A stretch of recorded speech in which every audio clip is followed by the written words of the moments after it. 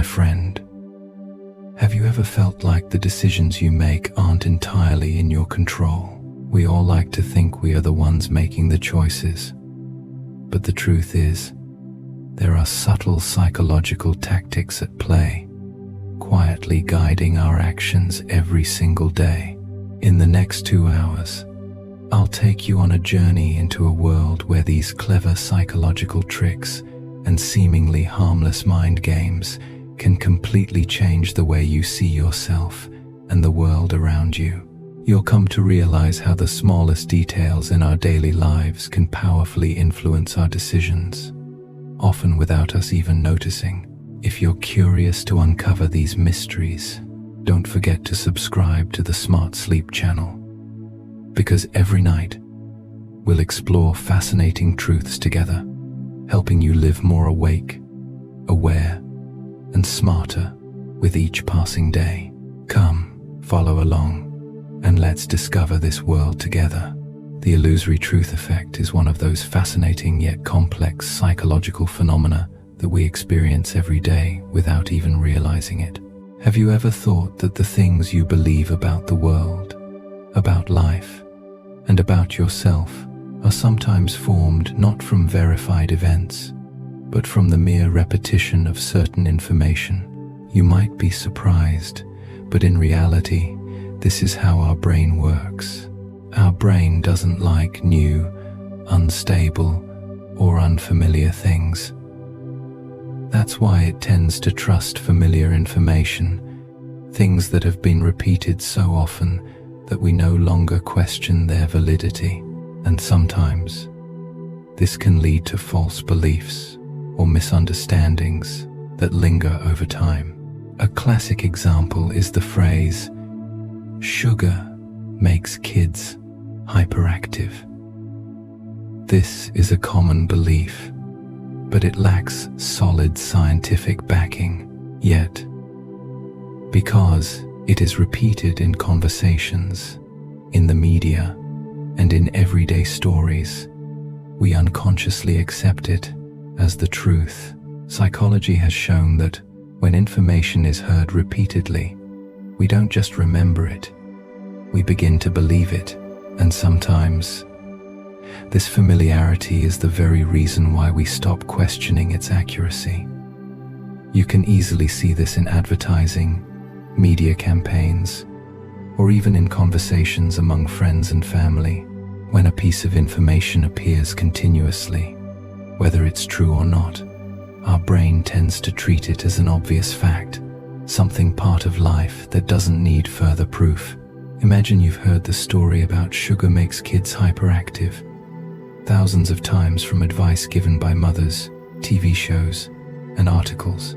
Even though science has shown there's no concrete evidence that sugar causes hyperactivity in children, because this information has been repeated over and over again, we still believe it's true. That's the illusory truth effect.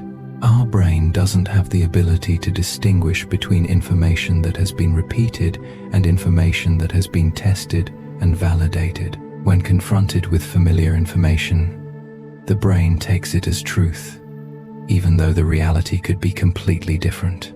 So, why does this happen? Why is the brain so quick to accept information just because it's repeated? The answer lies in how the brain operates. When we hear new information, the brain processes and evaluates it.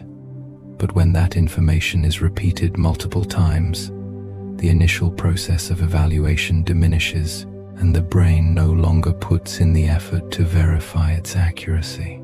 Instead, it accepts that information as part of reality because familiarity gives us a sense of safety. In fact, you could say the brain prefers familiarity as a way to reduce stress and help us feel more stable in an ever-changing world. This doesn't only happen with simple information or casual stories. It also affects deeper and more important perspectives in life. Major misunderstandings, societal prejudices, and even false beliefs about ourselves or others can be formed through the illusory truth effect. Another example could be the belief that boys don't know how to do housework, or women are weak and not good at technical tasks. These ideas, though flawed and baseless, are repeated over and over again in society, in families, and on TV shows. They are passed down from generation to generation, and as a result, despite being untrue, these misconceptions remain firmly planted in many people's minds. We often think that only false information is affected by the illusory truth effect, but in reality, even true information can become so familiar that we stop questioning its accuracy. For example, you might believe that reading books is good for the brain, which is indeed true. But have you ever wondered why you believe this? Is it perhaps because it's something you've heard countless times from friends, family, or education experts?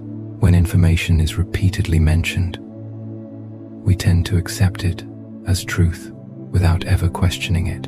And it's these subtle effects of the illusory truth effect that create contradictions and difficulties when trying to change habits or improve ourselves.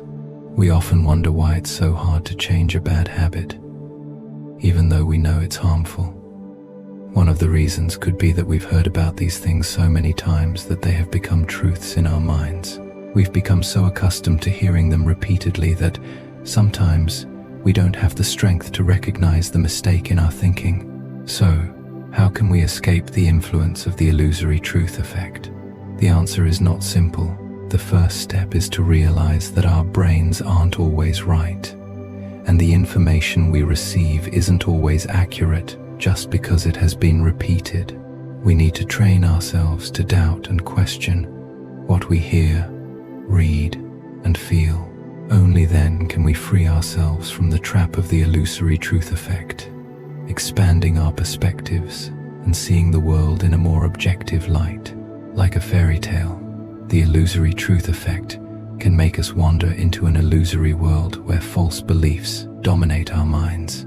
But if we can recognize it and face it, we'll be able to step out of the shadow of these illusory truths and explore a world full of surprises where new ideas and unconventional viewpoints can open up new horizons. So instead of letting familiar, repeated information control our lives, let's learn to seek the truth for ourselves, so that life becomes not just about what we already know, but about the unexpected discoveries waiting for us. And finally, even if you might be tired of all the information and advice coming from others, never forget that the truth is not always what we've heard over and over again. Perhaps the truth you're seeking lies in the questions you dare to ask, in the thoughts you dare to challenge. So, are you ready to reevaluate the truths around you? Start with yourself, with those things that seem so familiar but may be hiding a secret you've never explored. And if you think the illusory truth effect is just one of those little mind tricks in the human brain, then you'll surely be even more amazed to discover that our brains are also captivated by another powerful factor, the sense of incompleteness. Have you ever felt like you couldn't stop thinking about an unfinished task, a mission left undone, or even a TV show with an unresolved ending? All those feelings stem from another fascinating psychological phenomenon known as the Zeigarnik effect. The human brain, despite its ability to process millions of pieces of information every day, has a very particular weakness. That's why we often feel bothered by incomplete tasks, unfinished projects, or even unresolved stories. It seems as though the brain cannot rest until all the missing pieces are in place, whether it's a work project or an ongoing conversation. One of the clearest examples of this effect is the use of open endings and cliffhangers in our favorite movies or TV shows. Have you ever watched a show where, at the end of an episode, a story remains unresolved, or a character's fate is still unknown? That feeling is quite strange, isn't it? You can't stop thinking about it, you can't forget it, and you can't wait to watch the next episode. Your brain won't let you go until the story continues and concludes. So why is that? The reason lies in a special mechanism in the human brain. When we start a task or a mission, the brain creates a connection, a command circuit to complete it. However, when that task is interrupted or remains unfinished, the brain cannot ignore this lag. Naturally, it will continuously bother us, making the unfinished task a powerful factor, impacting our minds. This is why you might feel anxious or restless when a task is left incomplete or when you can't find an answer to a question. It's like an undercurrent, quietly pulling you along, and you can't stop it. This effect isn't only noticeable in work or study, even in daily life. When you face an unfinished story, an unresolved conversation, or an ongoing event, you'll find yourself unable to break free from it. And when you think about these things, you'll realize an interesting truth. It's the incompleteness itself that creates a strong motivation for us to keep going. You may not realize it, but whenever you feel uneasy about an unfinished task, that's your brain encouraging you to complete it. This is how the Zeigarnik effect stimulates our motivation. Surely you've experienced this feeling at work or in personal projects. An unfinished task, an email you haven't replied to, a book you haven't finished, or a call you haven't ended.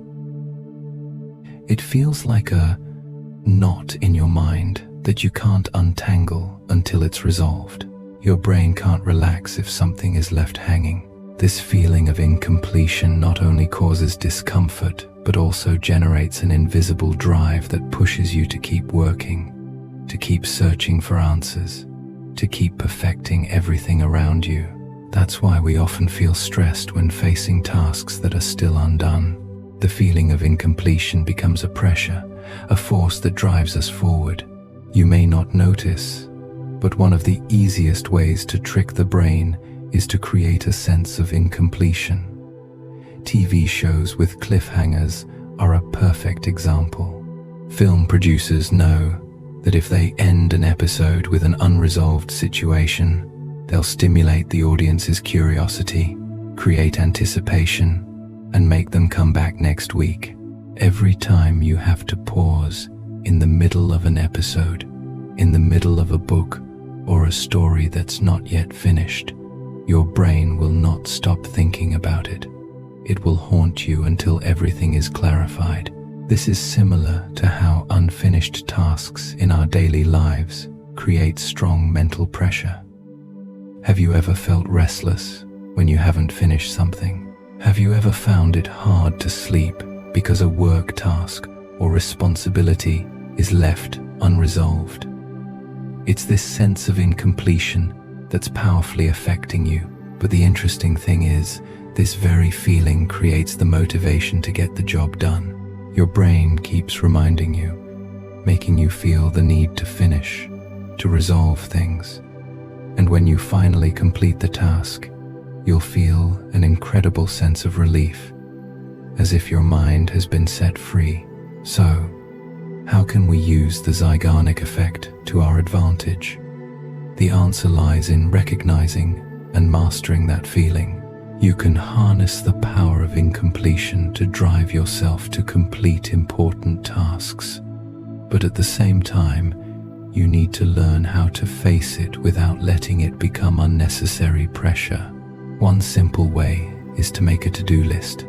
Break it down into manageable steps and complete them one by one. This not only helps reduce your stress, but also helps you maintain motivation throughout the process. When understood and used properly, incompletion can become a powerful source of motivation. When you understand the Zeigarnik effect and how it affects you, you'll realize that every unfinished task, every incomplete mission, is actually an opportunity for you to improve yourself, to learn how to overcome your own limits. Let incompletion become a part of your journey towards your goals. And every time you complete something, you'll feel like you've taken another step towards success. So, are you ready to face your unfinished tasks? Let them become the motivation to push you forward, to perfect everything you've started. Rest assured, when everything is completed, that sense of satisfaction and peace will come to you. And once you understand the strength of these invisible effects of incompletion, there's another fascinating psychological aspect we can't ignore. Reverse psychology. Sometimes, it's not always necessary to clearly state our demands. In fact, prohibition or denial can sometimes be the key to triggering the actions we want. You might be surprised, but this can easily happen in everyday life. When we realize that the more we tell someone they can't do something, the more they want to prove that they can. Imagine you're dealing with a friend who always tries to avoid boring tasks. Instead of asking them to do something, you say, "I'm sure you can't do this. It's too difficult for you." Immediately, you'll notice a change in their behavior. They won't just try to do it, but will put in their best effort to prove they can, because your words have triggered a reverse reaction in their mind. This is the essence of reverse psychology, a subtle but powerful technique capable of changing motivation and behavior in ways you wouldn't expect. Reverse psychology isn't just a playful trick in daily communication, it's also an effective strategy in many different areas, from management to sales, and even in personal interactions.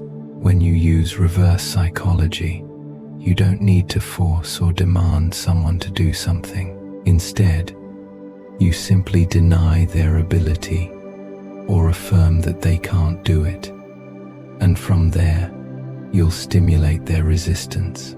It might sound paradoxical, but in reality, it works wonders in driving action, because by human nature, we always want to prove our worth, to affirm our abilities, and when denied, this resistance becomes a powerful motivator to take action. Surely, you've experienced this feeling when someone tells you that you can't do something, and instead of accepting that denial, you feel the urge to prove that you can.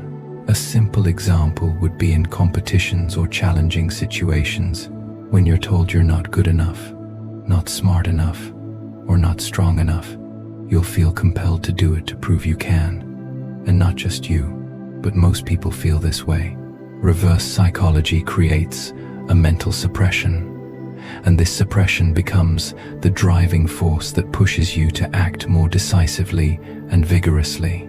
Interestingly, reverse psychology doesn't only appear in competitive or challenging situations. It's also effectively used in management and sales strategies. If you're a manager, you can apply this technique to motivate your team to work more effectively.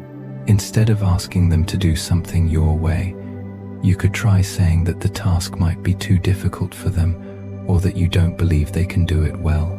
Immediately, you'll see their resistance, a strong counter-reaction, and that's exactly what you need to get them to complete the task excellently. When employees feel challenged and want to prove their abilities, they'll work with greater energy and determination than ever before.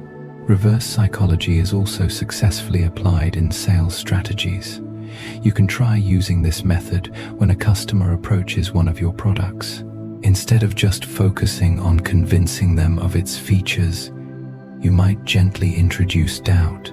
You could say, "This product may not be right for everyone. You might not like it." The customer will then feel a resistance and a desire to prove that this product is the right choice, even though you've warned them otherwise. This resistance will stimulate them to explore further and may lead to a purchase decision where they feel more confident because they've been persuaded by their own judgment. However, applying reverse psychology requires great subtlety and skill. If you overuse it, or apply it in inappropriate situations, you could cause the opposite effect. If the person on the receiving end feels disrespected or excessively challenged, they may feel frustrated and react negatively, rather than acting proactively. Therefore, when applying this technique, it is crucial to understand your audience, their tolerance levels, and their motivation. If you use it at the right moment, in the right context, reverse psychology can become a powerful tool to help you achieve your goals in a refined and effective way. This is also a part of the personal development process. We often encounter moments when we feel weak or insecure, but sometimes it is the challenges and the denial from others that serve as the greatest motivation for us to rise above. When told that you can't do something, view it as an opportunity to prove your worth. That resistance is part of the growing process, a part of overcoming your own limits. You will never know how strong you are unless you challenge yourself, unless someone tells you that you can't do it. And above all, reverse psychology is not just an effective tool in communication or management. It is also a valuable lesson about how we perceive the world and ourselves. Every time you're denied, don't let it make you feel diminished. Instead, use it as an opportunity to rise above, to prove that you can accomplish things that others thought you couldn't. This resistance, this feeling of inability, is precisely what drives you to go further, to reach higher, and to prove your resilience in every situation. So, have you ever tried applying reverse psychology in your life? Let the challenges, the rejections, become stepping stones for you to move forward. Rest assured, you will feel stronger and more confident than ever before when you show the world that you can do things that seemed impossible. And while elements like incompletion or the paradox of prohibition can influence our actions unconsciously, there is another effect I want to share with you now, one that can impact us from the very first moments. It's the anchoring effect, one of the most powerful psychological principles that can change the way we perceive, evaluate, and make decisions in our everyday lives. Imagine you just received a number, a piece of information, or an idea. It could be as simple as the price of a product, an offer at work, or a piece of information in life. You might not realize it, but the appearance of that information will deeply influence the decisions you make later, even if those decisions may not be entirely rational or accurate. The anchoring effect is the principle behind this phenomenon, a factor that most of us experience but rarely recognize. The anchoring effect, or anchoring bias, is simply the fact that our brains are easily influenced by the first piece of information they receive. This can have a powerful impact on all our subsequent decisions, whether we're aware of it or not. For example, if you're given an initial price for a product, that price immediately becomes the anchor, a reference point that will influence all your future decisions. You won't be able to make an objective assessment free from the influence of that initial price you saw. Instead of evaluating the price based on the quality of the product or comparing it to other options, your brain will compare everything to that first number, which often leads to decisions that may not be entirely rational. This doesn't just occur in negotiation or shopping situations. It can happen in many other aspects of our lives. A classic example is when you're negotiating a price for an item. If the seller quotes a very high initial price, you'll tend to negotiate a lower price. But the price you propose will always be influenced by that initial number. You may think that the price you've negotiated is a good deal, but in reality, you've been influenced by the original price you saw. Not only in transactions, but the anchoring effect also appears in various other fields. In your work, you might be influenced by the first salary offer you receive. Even though you may not be consciously aware of it, you'll likely compare all other opportunities to the initial salary, even if you're unsure whether that salary is fair or reasonable. If you receive a low salary offer, you'll immediately compare subsequent offers to that number, which could lead you to accept a salary lower than what you actually desire. Another example of the anchoring effect that you'll definitely recognize in daily life is when buying a car. Imagine you walk into a car dealership and the salesperson gives you a very high price for the car you're considering. Immediately, your brain will evaluate that car based on that price. Even though you know the car's true value might be lower, you'll still be influenced by the initial price, and this could lead you to feel that the price reduction after negotiation is a great deal. You might feel satisfied, but in reality, you've been anchored to the original price you saw. This highlights one of the weaknesses in how we make decisions. Our brains, instead of analyzing a situation based on all the available factors and information, are easily swayed by the first piece of information we receive. This explains why many of our decisions aren't always based on thorough consideration, but are often influenced by an irrational factor, the anchor we first encountered. You might be aware of other factors, but the influence of the initial information still leads you down a path that isn't always rational. To better understand the anchoring effect, let's consider a study conducted with a group of participants. They were asked to predict a certain value, such as the percentage of countries in the United Nations that signed a specific agreement, before making their predictions. Some participants were asked to answer a question about the percentage of a particular country that signed the agreement, while another group was asked about a different country. The results showed that those who were exposed to an initial number, even though it had no basis, were more likely to give predictions closer to that number. Although the initial number was completely unrelated to the actual question, it created an anchor in their minds, which influenced their decision-making.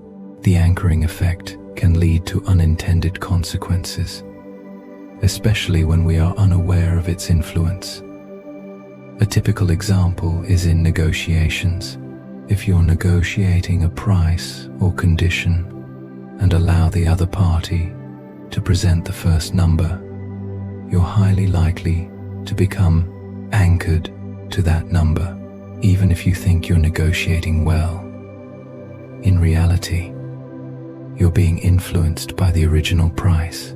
You no longer analyze other factors to make the most informed decision. Instead, you're relying on the first number. So, how can we avoid the influence of the anchoring effect? One of the ways is to try to refresh your mind before making an important decision. If you're preparing for a negotiation, research the market and other factors beforehand, instead of just relying on the first piece of information you get. This will help you have a more comprehensive view and make more rational decisions, rather than being anchored to an initial number. Additionally, another way to minimize the impact of the anchoring effect is to always try to gather information from multiple sources and avoid getting caught up in the first piece of information you encounter. The anchoring effect is not just a part of negotiations or shopping, it's also a part of how we make decisions in life. If you're aware of its power, you'll become smarter in making decisions. Remember, sometimes a decision is not entirely formed by all the factors around you, but by those invisible anchors that appeared at the very beginning. Therefore, always stay alert and use your wisdom to evaluate every situation as accurately as possible. And if psychological tactics like the anchoring effect or the paradox of prohibition have helped us understand how our brains can easily be influenced in decision-making situations, there's one more effect I'd like to explore with you. An intriguing effect, and sometimes quite counterintuitive. It's the Ben Franklin effect. You might be surprised to learn that instead of helping others, sometimes asking others to help you is the key to building a closer connection and making them feel more attached to you. This is one of the profound secrets that Benjamin Franklin, one of the most remarkable historical figures, discovered long ago. The Ben Franklin effect is one of those marvelous things we rarely notice in life. Contrary to what we usually think, when someone helps us with something small, like lending us a book, carrying our things, or simply doing something for us, they actually feel more connected to us. This may seem strange, doesn't it? We often think that helping someone else creates a relationship based on gratitude or a sense of indebtedness. But in reality, it proves the opposite. When someone helps you, they don't feel like they've given something away. Instead, they feel like they've done something meaningful, which deepens their bond with you. This miracle stems from a deep psychological mechanism in our brains called self-justification. When someone does something for you, they have to explain to themselves why they did it. To avoid a conflict with their actions, they will justify to themselves that helping you is the right and reasonable thing to do. Once they convince themselves that this action is justified, they feel closer to you because they now have a good reason to maintain the relationship, a relationship that has been solidified through the act of helping. This isn't just a simple tactic, it's part of a deep human instinct. We always tend to reinforce the things we've done, and the more we do something good for someone, the closer we feel to them. The Ben Franklin effect is not just a social trick. It is a phenomenon that can actually be explained scientifically. This is especially clear in personal relationships, ranging from friendships and romantic bonds to professional interactions. In these situations, when someone does something for you, they are not simply offering help, but also creating a reason to maintain their connection with you. The relationship between you and them is no longer just about giving and receiving help. It's also about the feeling that they have invested in you. And when they invest in you, they tend to feel more attached. This explains why people who help you once are more likely to help you again, and how a relationship can grow stronger from that. You've likely experienced this in your own relationships. Try to remember a time when you needed someone's help, perhaps an old friend or a co-worker. After they helped you, did you feel that your connection with them grew stronger? Did it seem like their help didn't just generate gratitude, but also made the relationship more solid? That's the power of the Ben Franklin effect, which we might not always recognize, but it's an essential part of building relationships. In fact, this can be viewed from another angle. When someone helps you, they are not only offering material or emotional support, but they are also reinforcing their own confidence in the relationship. They are self-justifying their actions, telling themselves that what they did for you was a good thing, which makes them feel valuable and worthy in your eyes.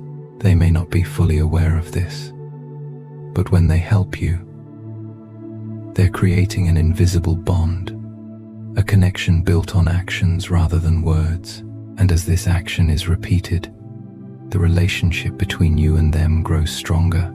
This is not just a simple exchange, but a psychological attachment that can't easily be broken. This also explains why, in many situations, asking others for help can be a great way to form long-lasting relationships. We might think that giving helps to solidify a bond, but in reality, receiving help can sometimes have even more surprising outcomes. When you allow someone to help you, you create an opportunity for them to feel closer to you. They'll feel more connected, because that act of helping isn't just an obligation, but also a way for them to feel valued in your eyes. So, have you ever wondered why you feel so much closer to people you've helped? That's the reason. Our brains self-justify our actions, and each time we help someone, we are not just doing a good deed, we are building an invisible bond, an attachment that we may not immediately recognize. So, when we help others, we are actually making ourselves feel more connected, and that relationship will grow stronger over time. The Ben Franklin effect, though it may sound simple, is a key element in how we build and maintain social relationships. It's not just a strategy for creating closeness, but also a part of our human social instinct. We feel more connected to people we have invested in, people we've helped, or who have helped us. So, are you ready to apply the Ben Franklin effect in your life? Sometimes, just a small act of helping can make your relationship stronger and deeper, helping you build solid connections in your life. And as we explore these powerful psychological effects that influence decisions and actions, there's another intriguing aspect that you might have already experienced in your daily life: the paradox of choice. Have you ever felt stressed out choosing between a variety of products, or perhaps simply when faced with an extensive menu and not knowing what to pick, even though you know everything could be a good choice? This feeling of indecision, anxiety, and hesitation is not a coincidence. It's the effect of the paradox of choice, a psychological phenomenon we'll explore now. The paradox of choice, as it's known, is a concept that has been widely studied in psychology and behavioral economics. According to this theory, when we face too many choices, instead of feeling excited, comfortable, or free, we feel confused, anxious, and sometimes disappointed. It sounds contradictory, but the reality proves the opposite.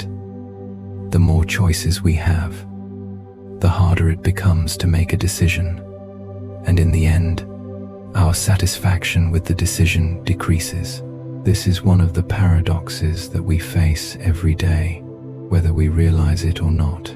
Imagine yourself standing in front of a display full of candy or a store with hundreds of mobile phone options. Everything seems appealing, but the more you look, the more overwhelmed you become, unsure which one is truly the right fit for you.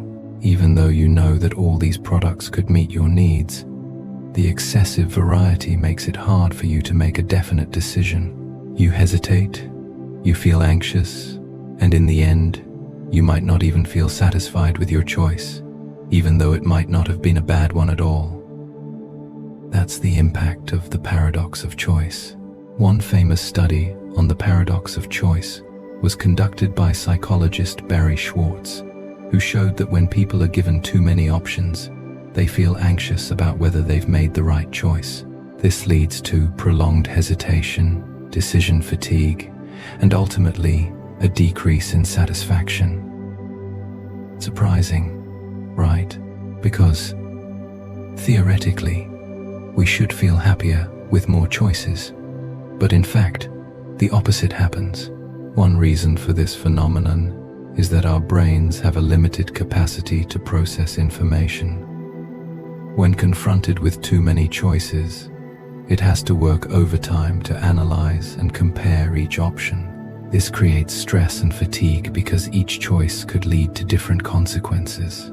We begin to question whether we've made the right decision, whether we've missed a better opportunity, or if there's another option we haven't yet considered. These questions not only make us feel anxious, but also make the decision-making process feel heavier. A simple example of the paradox of choice is when you buy a shirt. If there are only a few options, you will find it easier to decide because fewer choices make comparison simpler. However, if there are hundreds of shirts to choose from, you'll start to feel overwhelmed. You may spend a lot of time pondering whether you've chosen the right color, style, or material. Even though you eventually pick a shirt you like, the satisfaction may not feel the same because you can't stop thinking about all the options you missed. Another situation where the paradox of choice is clearly illustrated is in negotiations or group decision-making. When a group of people has to make an important decision and there are too many ideas, each with its own pros and cons, the process becomes even more complicated. Rather than reaching a clear decision, the group may become confused and struggle to make the final call. This not only wastes time but can also lead to dissatisfaction with the final decision because they always feel like they could have done better or chosen a more reasonable option. This is why, in many situations, limiting choices can actually be more beneficial. Psychologists suggest that when there are fewer choices, we are able to make quicker decisions and feel less regret. Although we may think that more freedom in choices gives us a sense of power and control, in reality, too much freedom makes us feel disoriented and uneasy. When there are fewer choices, we feel like we can make a quick and decisive decision, and as a result, our satisfaction with that decision is much higher. The paradox of choice also affects how we view life. When too many choices make us feel stressed, it also leads us to dissatisfaction with what we already have. This explains why, in today's world with countless choices and opportunities, many people feel anxious, insecure, and unsatisfied with their lives. We begin to feel like we're not good enough, that maybe there's a better choice out there, and as a result, we miss current opportunities just because we're too preoccupied with what else might be available. So, how can we reduce the anxiety and dissatisfaction that comes with decision-making? A simple solution is to focus on limiting your choices. If you can, try to reduce the mental clutter and focus on just a few options, rather than expanding your scope too much. You could ask yourself, if I only had 3 choices, what would I pick?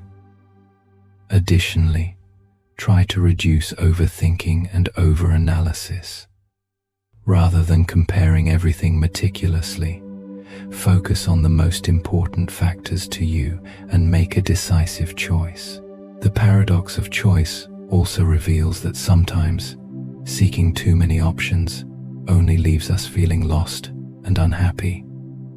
We need to learn to accept that sometimes less is more. To live a happier life, we need to simplify, not only in our choice of products, but also in the bigger decisions we make. It's important to recognize that in a world full of choices, true satisfaction doesn't always come from having many options, but from learning how to make decisions and live fully with them. So, what do you think about the paradox of choice in your life? Are you allowing the overwhelming variety to make you feel anxious and uncertain? Perhaps it's time for us to stop and ask ourselves, is it possible that too many choices are causing us to miss out on wonderful opportunities right in front of us? And as we explore these powerful psychological tactics that affect our decisions and actions, there's another strategy I want to share with you, one that you might have unknowingly experienced without realizing it. It's called the door-in-the-face technique, a smart negotiation strategy that is also incredibly subtle. Have you ever, during a negotiation, made an initial request that seemed too big or difficult to achieve, just to follow it up with a smaller request that the other person would perceive as a reasonable concession? You may not have noticed, but that's the power of this technique. The door-in-the-face technique works on a very simple principle, yet it's extremely effective. The core of this technique is to make an initial, large request, one you know the other person will reject. Once they refuse, you immediately follow up with a smaller request, which is likely what you actually want. The magic happens because, having rejected the large request, the smaller one suddenly feels much easier to accept. Not only do you get what you want, but you also make the other person feel like they're making a reasonable concession, which makes them feel more satisfied with their decision. What's fascinating about this technique is that While the initial request might be unreasonable or unrealistic, the very contrast between the two requests makes the second request appear more reasonable and easier to accept. A typical example of this is when you're asking someone for a favor or convincing them to do something. Let's say you want to borrow money from a friend. Instead of starting with a small request, you might begin by asking for a much larger amount, one you know they'll likely turn down. When they refuse, you then immediately lower the amount, and this change in request makes the smaller one much easier to agree to. The door in the face technique has been thoroughly studied in psychology and proven effective in many different situations, from work negotiations to everyday requests. One famous study involved a group of participants, where half were asked for a large request initially, followed by a smaller request after the large one was declined. The other half was only asked for the small request. The results showed that the first group had a much higher rate of agreeing to the smaller request, proving that this technique significantly influences people's willingness to accept a request. This can be explained by a deep psychological factor. When we're rejected, the feeling of refusal creates a need within us to respond positively. Our brains have a self-protection mechanism, and when we can't meet the initial request, we feel a sense of loss, of something missing, and automatically create a desire to make it up. Therefore, when the smaller request is made, it no longer feels like just another request. It's an opportunity for the other person to feel like they're doing the right thing by conceding. They feel that they're doing something good and maintaining the relationship with you, rather than being forced to do something they don't want. What's important is that the door in the face technique isn't just effective in persuasion. It also fosters a sense of healthy communication. It's not just a strategy to get what you want. It's also a way of understanding the dynamics of human interaction. When a large request is made and rejected, followed by a smaller request, the other person doesn't feel deceived or coerced. Instead, they perceive the concession as reasonable and fair. This creates a sense of satisfaction for both parties. You get what you want, and they feel they've done the right thing. However, this technique must be used with finesse. If you overuse it, or if the initial request is too unreasonable, it can backfire. The other person might feel exploited and refuse the second request entirely, or they might feel uncomfortable and reluctant to continue engaging with you. So, the key to applying the door in the face technique is to adjust the initial request so that it's reasonable, not too far off from the smaller one.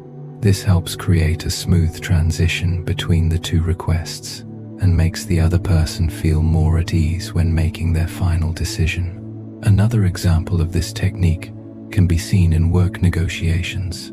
If you're a manager and want to ask your employees to work overtime, instead of starting with a massive workload request, you could begin by asking for something you know they'll decline.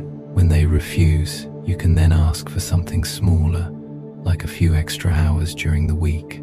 This makes the second request much easier to accept because they feel like they're getting a reasonable concession. The door in the face technique can be applied not just in personal situations but also in various social contexts, such as negotiations, marketing campaigns, or convincing others. By making an unreasonable request first, you create an opportunity for the other person to feel that the reduced request is a reasonable concession. This creates a psychological shift that you can leverage in many different situations.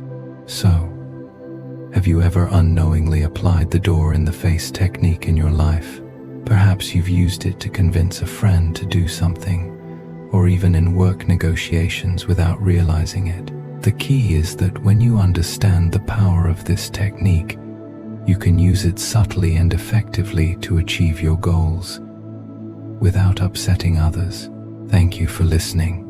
And remember, sometimes the simplest yet most subtle strategies are the most powerful tools to help us succeed in life. You can close your eyes now and let the thoughts fade like smoke and mist. If your mind still wants to wander, let it continue its journey into the next video, where we'll dive deeper into the mysteries of the soul. And if your body is tired, let this sound lull you into sleep. No need to try, just breathe. And remember, everything you seek is already quietly within yourself.